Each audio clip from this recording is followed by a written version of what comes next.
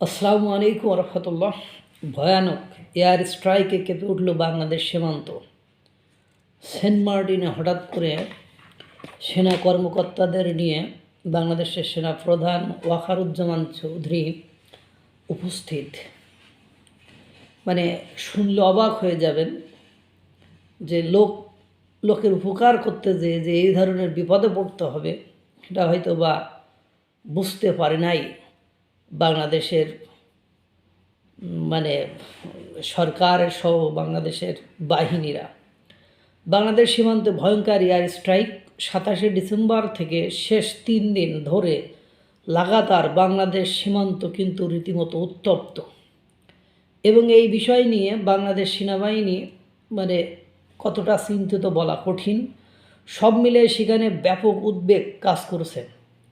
বাংলাদেশ সীমান্ত যেখানে মুন্ডু এলাকায় ভয়ঙ্কর এয়ার স্ট্রাইক চালানো হচ্ছে মায়ানমারের জুংটা বাহিনীর পক্ষ থেকে, এবং রেশ কিন্তু বাংলাদেশে ধারাবাহিকভাবে পড়ছে।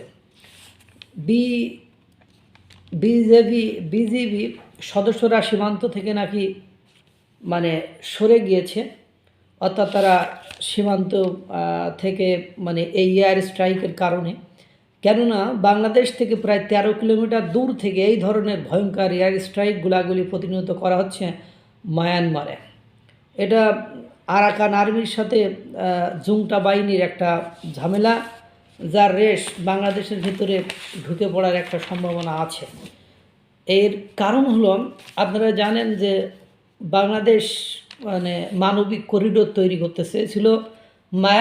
বাংলাদেশ নয়, মার্কিন যুক্তরাষ্ট্র বাংলাদেশের ভূমি ব্যবহার করে মানবিক করিডোর করতে চেয়েছিল, অর্থাৎ মানবিক করিডোরের মাধ্যমে আপনার আরাকান আর্মিদের কাছে বিশেষ অস্ত্রশস্ত্র পৌঁছানোর একটা ব্যবস্থা করতে চেয়েছিল মার্কিন যুক্তরাষ্ট্র। এক পর্যায়ে বর্তমান যিনি আছেন ডক্টর ইউনূস সরকার, তিনি রাজি হয়ে গিয়েছিলেন, এবং এটা নিয়ে বাংলাদেশে বেশ তোলপাড় শুরু হয়েছিল। এক পর্যায়ে এটা শান্ত হয়ে যায়। শান্ত হয়ে গেলেও যে অস্ত্র প্রোভাইডে বাধাগ্রস্ত হয়েছে এটা কিন্তু বলা যাবে না, এবং এটা নিয়ে আপনার কোনো একটা গেম খেলা হয়েছে। ওদিকে মায়ানমারের জুংটা বাহিনীকে, অর্থাৎ এখন যারা আছে সেই ক্ষমতাধর যে সেনাবাহিনী, ওরা ক্ষমতা ওখানে আছে, তাদেরকে আবার সহায়তা করেছে চীন। এখন এই চীনের অস্ত্রশস্ত্র বা সহায়তা নিয়ে আরাকান আর্মিদের উপরে আপনার হামলা চালাচ্ছে মুন্ডুর ওই অঞ্চলটাতে জুংটা বাহিনী, এবং তার রেশ আপনারা জানেন যে আরাকান আর্মিরা ঠিক বাংলাদেশ সীমান্ত বরাবর থাকে। এর আগে আপনারা জলকেলি অনুষ্ঠানে আরাকান আর্মির পোশাক পরিহিত আপনার সেনাদের আপনার নৃত্য করতে দেখেছেন। পাশাপাশি বাংলাদেশের বিভিন্ন স্থান থেকে আরাকান আর্মির পোশাক কারখানা থেকে আরাকান আর্মিদের তৈরি পোশাক ধরা পড়েছিল, সেটাও আপনারা খুব ভালো মতোই জানেন। এটা মিডিয়া উত্তপ্ত হয়েছিল।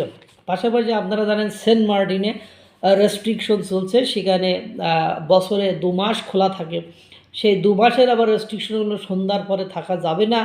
সেখানে হঠাৎ করে কেন জানি একটা লঞ্চে আগুন, জাহাজে আগুন, যাত্রীবাহী জাহাজে আগুন লেগে একজন কর্মী পর্যন্ত সেখানে মারা গিয়েছেন। এরপর থেকে আবার টোটালি সেটিকে বন্ধ করে দেওয়া হয়েছে। এবং আপনারা জানেন যে জুংটা বাহিনীর যে যদি মনে করে বা তাদের কাছে প্রমাণাদি থেকে থাকে যে আরাকান আর্মিদের মানবিক করিডোর দেওয়ার মাধ্যমে মার্কিন যুক্তরাষ্ট্র অস্ত্রশস্ত্র দিয়ে আরাকান আর্মিদেরকে জুংটা বাহিনীর বিরুদ্ধে তাদেরকে স্বাধীন করার জন্য সরবরাহ করেছে, তাহলে তারা কিন্তু অনেক আগে থেকেই আপনারা জানেন সেন্ট মার্টিনকে তাদের মানচিত্রে যোগ করে, এবং তাদের কাছ থেকে তাদের নিকট থেকে অনেক সন্নিকটে বিষয়টি।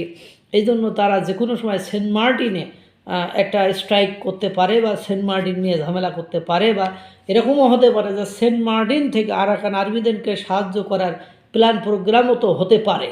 এখন এটা নিয়ে একটা উদ্বিগ্নতা আছে, কারণ মায়ানমারের জুংটা বাহিনী আরাকানকে শায়েস্তা করতে বা আরাকানের উপর হামলা করতে যে বাংলাদেশের সীমান্তবর্তী অঞ্চলে হামলা করে ফেলবে না এরকম কিন্তু নয়, কারণ ওই পাশে যে গোলাগুলি যেগুলো চলছে তার একটা রেশ কিন্তু বাংলাদেশে এসে পড়ছে।